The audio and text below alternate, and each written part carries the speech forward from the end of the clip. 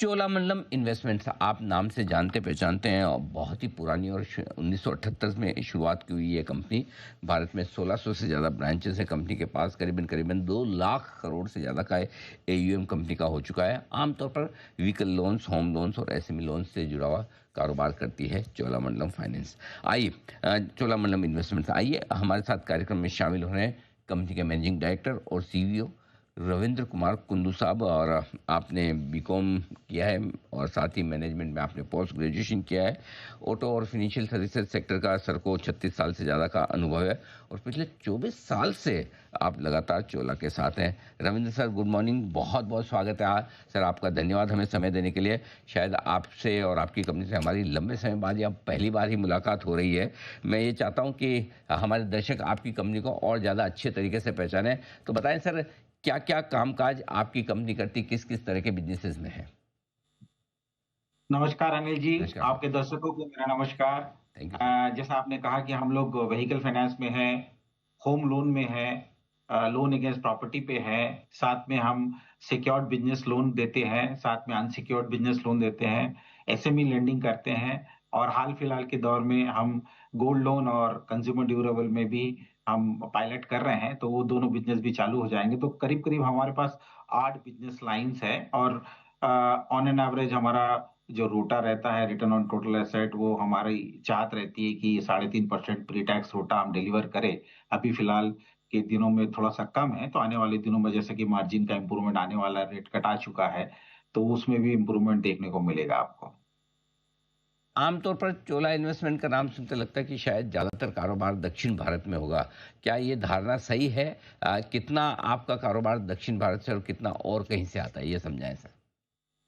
Sir sir actually देखेंगे तो सिर्फ साउथ से हमारा जो टोटल डिसबर्समेंट है वो 30% के नीचे है एंड 70% डिसबर्समेंट हमारा ईस्ट, वेस्ट एंड नॉर्थ में है। जम्मू कश्मीर में हमारे पास कम से कम 600 करोड़ का बुक है और वहां पर करीब 50,000 के ऊपर कस्टमर है। नॉर्थ ईस्ट में हमारे पास 100 के आसपास ब्रांचेस हैं। तो हम लोग पूरी तरह से डाइवर्सिफाइड हैं। अक्रॉस द कंट्री हम बिजनेस कर रहे हैं, सारे प्रोडक्ट लाइन में बिजनेस कर रहे हैं। पूरे देश में भी है तो आमतौर पर जो धारणा है वो मैंने इसीलिए पूछा ताकि लोगों की गलतफहमी दूर हो कि चोला इन्वेस्टमेंट सिर्फ दक्षिण भारत की कंपनी नहीं है। नाम जरूर आपका दक्षिण भारत से लिया हुआ है, इसलिए लोगों को शायद ऐसा लगता है। अब बताएं सर, क्या वाकई में आपके सेक्टर के लिए, आपकी कंपनी के लिए मैक्रो फैक्टर्स, देश का जो इकोनॉमिक माहौल बदल रहा है, बेहतर हो रहा है? जरा समझाएं क्या कुछ बेहतर चीजें होती दिख रही है इस सेक्टर के लिए? देखिए, वैश्विक स्तर पे अगर आप देखेंगे तो मंदी का दौर है, अनिश्चितता का दौर है, युद्ध चल रहा है, टैरिफ वॉर चल रहा है। पर हमारे देश में आर्थिक स्थिति पहले से ही मजबूत थी और आरबीआई गवर्नर उसको और अच्छे से उसी स्पीड में रखने के लिए बहुत सारी कोशिशें कर रहे हैं, जिसमें रेट कट एक इम्पोर्टेंट डिसीजन उन्होंने लिया। फिर बाद में सीआरआर का कट उन्होंने दिया है आने वाले साल भर के अंदर में, जिससे लिक्विडिटी और बढ़ जाएगी आरबीआई की तरफ से।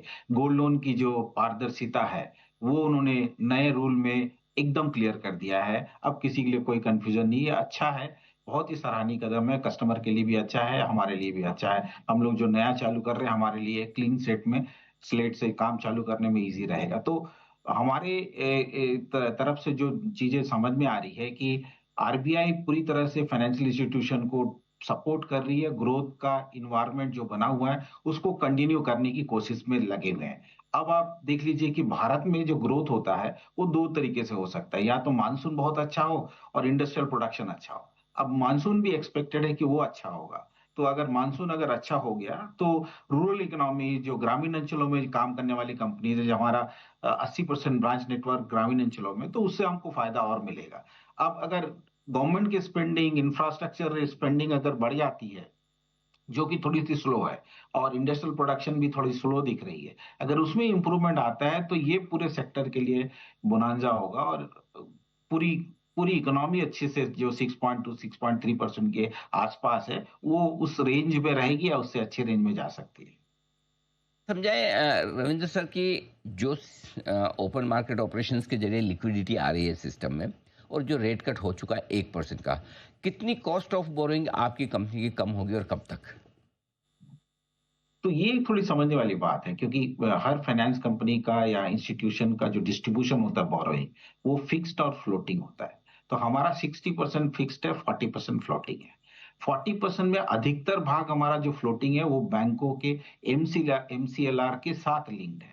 तो जैसे-जैसे बैंक एमसीएलआर कम करेगी, ये 40% जो पोर्शन है फ्लोटिंग वाला, वो रेट कम होते जाएगा। तो 1% जब रेट कट हम बात करते हैं, तो पूरे साल भर के लिए हमारे मार्जिन में मेरे ख्याल से इस साल 10 से 15 बेसिस पॉइंट का ही उसमें बेनिफिट आएगा। बट वो अगले साल उसमें फर्दर उतना ही बेनिफिट आने की संभावना है। और अगर ये रेट कट कंटिन्यूड रहा, तो at some point in time हम 1% का मार्जिन इंप्रूवमेंट देखेंगे। बट वो लैग इफेक्ट के साथ आता है। साथ में आप सीआरआर कट का जो आप न्यूज़ सुन रहे हैं, जो आने वाले दिनों में होने वाला है, 2 से ढाई लाख करोड़ की लिक्विडिटी अवेलेबल रहेगी। उसके अवेलेबल होने के कारण जो हायर रेटिंग वाली कंपनियाँ हैं, उनके पास ऑफर ज़्यादा रहेंगे, तो उससे भी बेनिफिट आएगा। बात है। अच्छा सर, कितना मार्जिन एक्सपेंशन होने की उम्मीद रखी जाए इसके चलते आपका? निम्स वगैरह तो कितने बेहतर होंगे? तो निम जो है वही मैं कह रहा था कि हमारे लिए कम से कम 20 बेसिस पॉइंट तो बढ़ेगा, सिर्फ कॉस्ट ऑफ फंड के कम होने से। और फिर उसके बाद देखने की जरूरत है कि हम इनकम से कैसे उसको बढ़ाते हैं। बहुत धन्यवाद आपका, समय दिया और आपने विस्तार से कंपनी के परफॉर्मेंस के बारे में और पूरे सेक्टर के आउटलुक के बारे में हमें राय दी। जल्द आपसे फिर मुलाकात करेंगे। आज के लिए बहुत बहुत शुक्रिया sir, thank you so much. धन्यवाद। रविंद्र कुमार कुंदू साहब, चोलामंडलम इन्वेस्टमेंट के एमडी और सीईओ, बताते हुए कंपनी के प्लान्स के बारे में। आइए शॉर्ट टर्म पे